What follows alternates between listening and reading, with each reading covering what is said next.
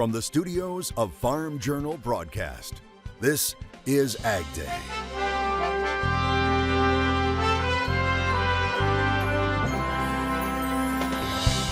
Louisiana lights the way.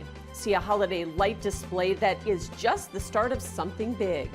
3 ag companies announced layoffs, including the biggest private company in the U.S. A look at what's behind them.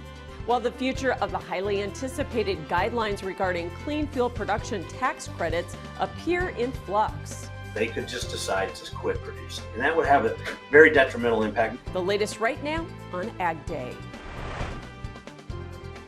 AgDay is brought to you by Pioneer. Ben's bins, please hold. Yeah, Ben's has been busy all day. Seems like no one can keep up with this new Z series. What did you all put in these seeds? Science. Good morning, I'm Michelle. Year Clinton is on assignment. We have a lot of news to get to this morning, starting with the possible future of the new clean fuels tax credits.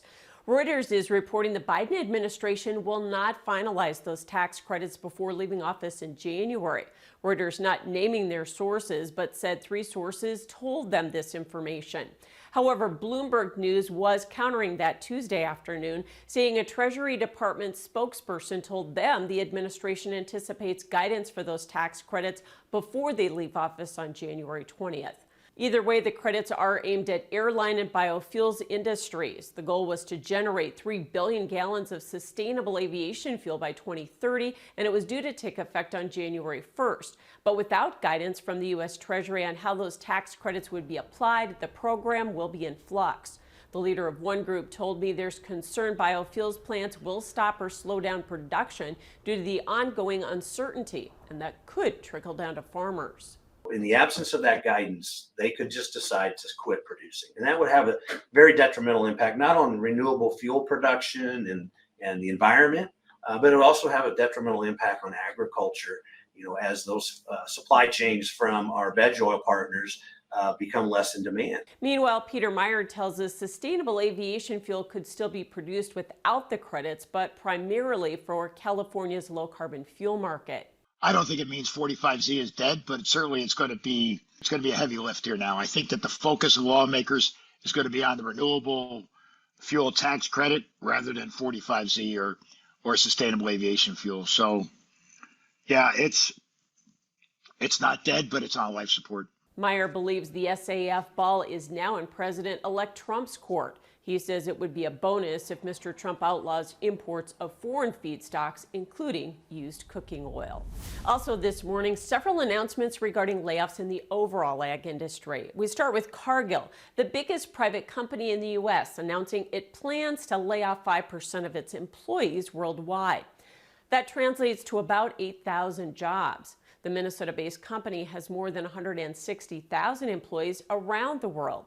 The cuts include 475 employees from its facilities in Minnesota. The company says the changes are part of a long-term strategy it set earlier this year. But Farm Journal Washington analyst Jim Wiesmeyer says the company's profits fell to $2.5 billion in the fiscal year ending in May, the lowest since 2015. It's also faced challenges due to falling commodity prices, including major grains dipping to near 4-year lows, leading to shrinking crop processing margins. The U.S. cattle herd is also at its smallest in 7 decades, impacting Cargill's beef processing operations. And more layoffs at John Deere. A warn notice in Iowa was posted showing that the company plans to lay off another 112 workers from its facility in Waterloo. The cuts will take effect in January. The company telling local news media that the latest layoffs are due to challenging market conditions, which continue to result in reduced demand for their equipment. The Waterloo Works plant currently employs about 4,700 people. But the layoffs don't just end there. Farm Journal's PorkBusiness.com reporting Tyson Foods will permanently close a plant in Emporia, Kansas. Now that plant employs more than 800 people. The closure is scheduled to take place in February. The company previously announced reductions in 2008 and 2020. Now, it's bound to have an impact on Emporia, which is home to about 24,000 residents. But the city says it's working to help those employees laid off find new jobs. I spoke with Brad Koima, who said the closure won't have much of an impact on the cattle market. They don't kill cattle there. Their specialty is making corned beef at the Super Nedzis plant. This is not a big deal. This is not going to affect the ability to process cattle, slaughter cattle, whatever. Tyson Foods releasing a statement to AgDay about the closure, saying it made the difficult decision to close the plant to increase the efficiency of its operations. It says taking care of its team members is its top priority, and that it's working closely with state and local officials to provide additional resources to impacted workers.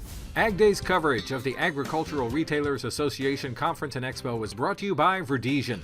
At Verdesian Life Sciences, we're unlocking the full potential of every nutrient for smarter, more efficient farming. Maximize your profitability with Verdesian. Learn more at vlsci.com. Another big story, the Arctic blast and heavy snowfall hitting the eastern part of the country. 5 head of cattle and close to 100 others were trapped after this barn collapsed from heavy lake effect snowfall in upstate New York. Emergency crews battled against the heavy snow to rescue the animals. One firefighter was hurt but suffered non-life-threatening injuries. Just a few miles away, the snow was measured at more than 54 inches deep. Farmers in the area are being asked to check the conditions of their barns for any signs of damage from the snow. And the lake effect snow machine continues to churn for some areas. Meteorologist Alyssa Heilman joins us with the latest. Starting here with your temperatures for the afternoon throughout the United States, we're seeing, of course, northern areas with those lower temperatures, 30s and 20s for areas in Minnesota. Then we're seeing some more warm conditions, especially going further south, seeing some 60s down in the southern parts of the United States. And some colder air is out to the west, 44 there in Seattle, 49 in Portland, as well as some colder air on the east too, seeing just 34 Rochester, 45 in Cincinnati. Going into your morning temperatures for tomorrow morning, again, cooler temperatures north as they usually are, 7 in Minneapolis, 15 is in Bismarck, a little bit warmer in those southern areas, seeing 60s in both Miami and in Brownsville. Going to your tomorrow temperatures for the afternoon, seeing that same thing, colder air is dipping around the Great Lakes and the Midwest. Seeing those temperatures in the 20s for tomorrow afternoon for areas like Chicago and St. Louis, as well as Omaha. Thanks, Alyssa. Keeping you updated on the avian flu outbreak, officials in California are suspending distribution of raw milk products from one company. Now, it comes after inspectors reported the H5N1 virus was detected in samples from Raw Farm.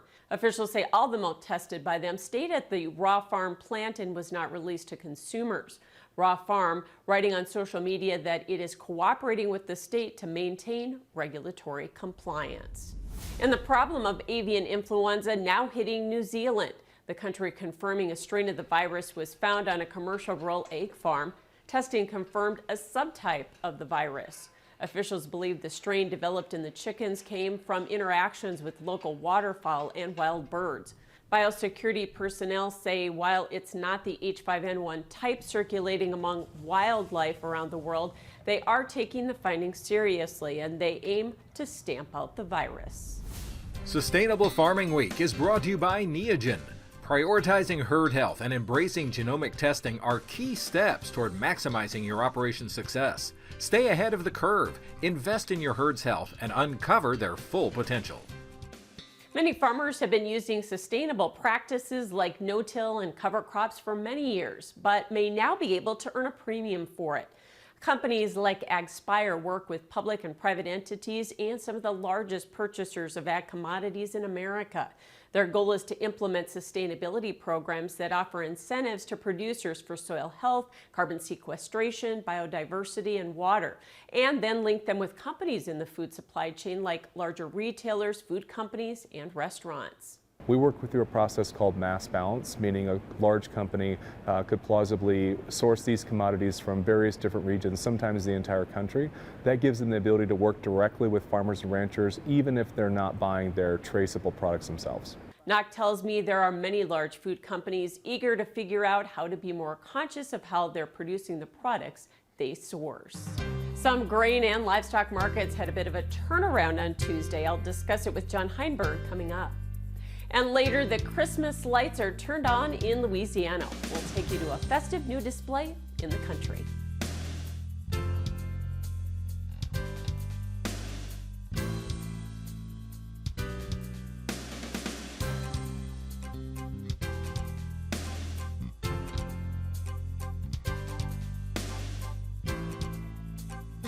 Sustainable Farming Week is sponsored by John Deere. Your land, your brand. Technology, equipment, and support to help you farm better now and generations from now.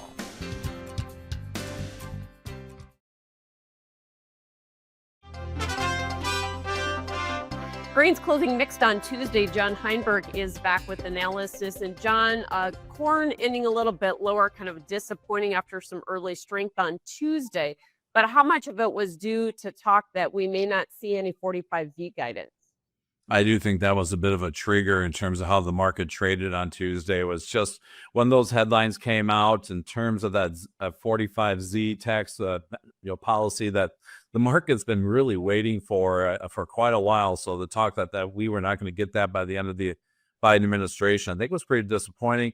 Obviously, the Trump stance in terms of some of the biofuels, obviously a little more on the negative side. So maybe there's just concerns in the marketplace that this potential demand source of the sustainable aviation fluid might be just sliding to the sidelines here. I think that weighed on the market in terms of how it traded into the rest of the day yesterday.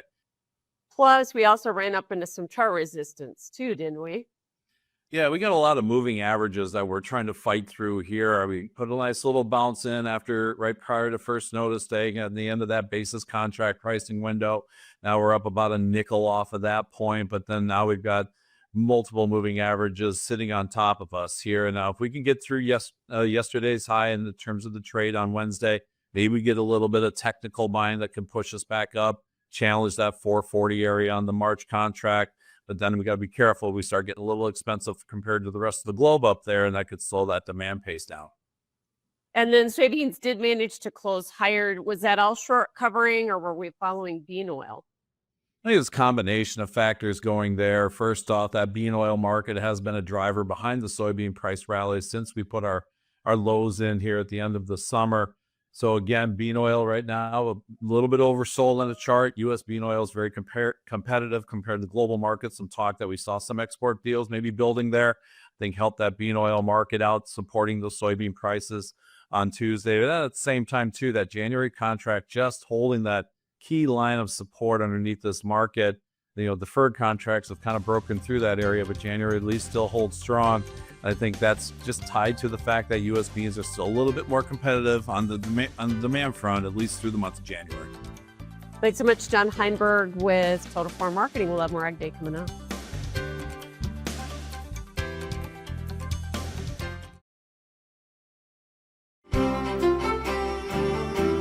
Your precipitation outlook across the United States. This is for 7 a.m. today, and we're seeing that snow that's mostly impacting those areas of the Great Lakes, and also some rain that's down there in Texas. Now, this snow that's in the Great Lakes is only being enhanced by the lake effect, impacting all of those areas of those Great Lakes states. Going further into your day and into tomorrow morning, again, you're seeing that system moving further east, as well as that system in the south, that rain system continuing to move east as well. Then we go later into the week, into Friday, and we're seeing some clearance, especially on the west side of the United States, that western half, seeing really just some open skies, not really any cloud cover, but some more rainy and snowy conditions on the East Coast. Going into the weekend, again, seeing some of that clearance on the West Coast. And then going into Sunday, that's when we start to see the Pacific Northwest getting some snow, getting some rain as well there along, like I said, the Pacific Northwest with Texas down there also seeing some snowfall.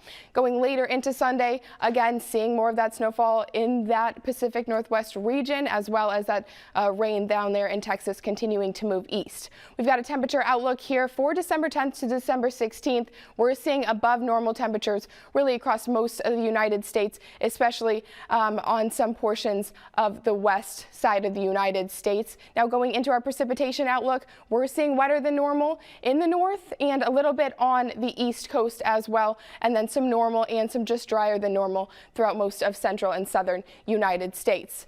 Now we're turning here to Reading, Pennsylvania, where it is cloudy with a high of 40, a low of 36.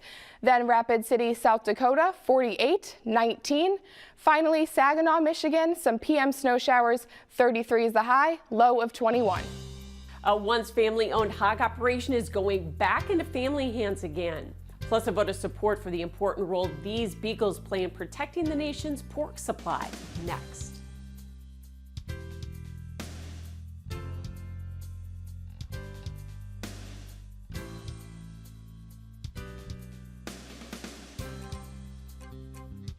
AgDay is brought to you by Winfield United. Maximize crop performance potential by delivering a high load of zinc, manganese, and boron in one efficient application.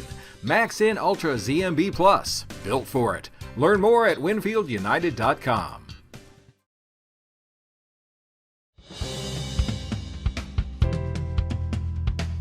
AgDay is brought to you by the Pork Checkoff. Your Pork Checkoff dollars are hard at work building a bigger appetite for pork right here at home. One of our main goals is to encourage younger generations to join us at the table. Visit porkcheckoff.org/radio to see how we're reaching this new audience. It was one of the largest independent pork producers in the U.S., and it's being reestablished as a family farming business once again. Smithfield announced the company, along with Murphy Family Ventures of Rose Hill, North Carolina, will establish a Murphy-owned farming business. Smithfield saying it will have the capacity to produce approximately 3.2 million hogs annually for Smithfield's fresh pork operations. It says the company will be majority owned by the Murphy family, who will assume ownership of 150,000 sows and the market hogs they produce that are currently owned by Smithfield. Murphy Family Ventures says the family has enjoyed the past 24 years as a contract grower with the company, and they look forward to restoring their heritage as an independent producer. Just before Thanksgiving, the U.S. Senate unanimously approved the so-called Beagle Brigade Act.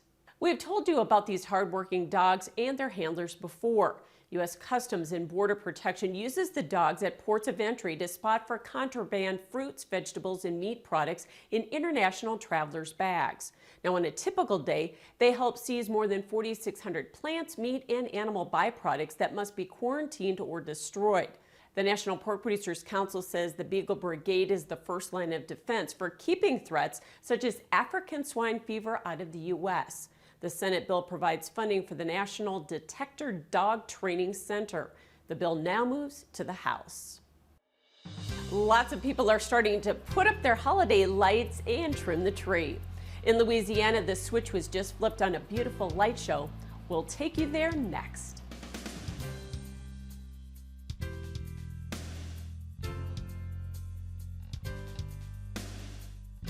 AgDay is brought to you by the Pork Checkoff.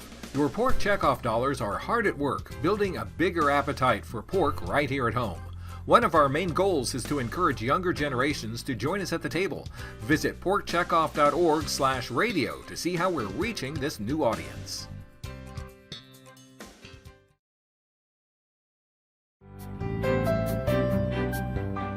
For many, as soon as Thanksgiving Day ends, the Christmas season begins. And for those living in or visiting Louisiana, there's a special light show debuting at the Burden Museum and Gardens. LSU Ag Center reporter Craig Gautreaux has the story from Baton Rouge. It's been at least 5 years in the making, but the wait is now over. The switch has been flipped, and Louisiana lights are now shining in the Windrush Gardens at Burden Museum and Gardens. The lights illuminate a special place in the heart of Baton Rouge. The special thing about this light show is that this light show design, was meant to be a light show that really enhanced the beauty of the gardens through holiday lights. The property is home to gardens and the LSU Rural Life Museum and hosts many visitors throughout the day. But the spectacle of the light show presents it in a different light. This is not just providing for the people who already know us and love us, but this can bring new people into the property, and it's going to allow people who have been to the property to see the property and the Windrush Gardens in a new way. The logistics of putting it together took meticulous planning and a dedicated staff that spent months constructing it. We have to get our staff involved to actually install it. And so our staff have been working, it's about a 3-month installation process to get it installed. Keeney says that only about half of the master plan has been put on display, and he expects to add new things in subsequent years. That's going to not be the same thing that you're going to see every year, so people are going to come back and see new and special things, and that's the other thing that I think is really going to be different about our show as well. For those visiting Louisiana Lights, plan to budget at least 1 hour strolling through the display. With the LSU Ag Center, this is Craig Gautreaux reporting. Thanks so much, Craig. And that's all the time we have for this morning. Thanks for watching. For all of us here at AgDay, I'm Michelle Rook. Have yourself a great day.